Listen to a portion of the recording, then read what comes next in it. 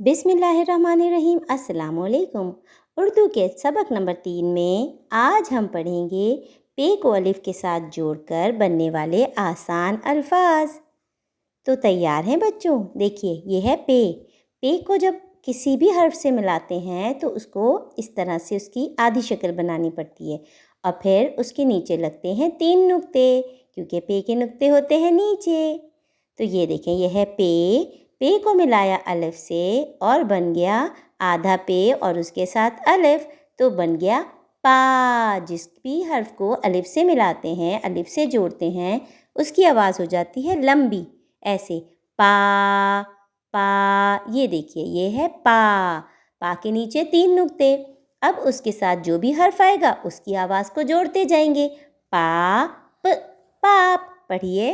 पाप पाप। पात पात। पाट पाट। पाट पाट। पाट पाट। पास पास। पास पास। पाश पाश। पास पास। पाक पाक। पाक पाक। पा पाल। पाल। पा पान। पान।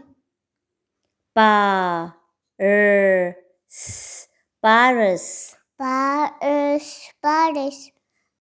तो देखा आपने बच्चों कि उर्दू लिखना पढ़ना तो बहुत आसान है, लेकिन उसके लिए आपको क्या करना पड़ेगा?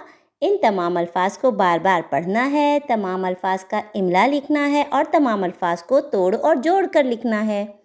तो फिर अगले सबक तक के लिए अल्लाह हाफिज़।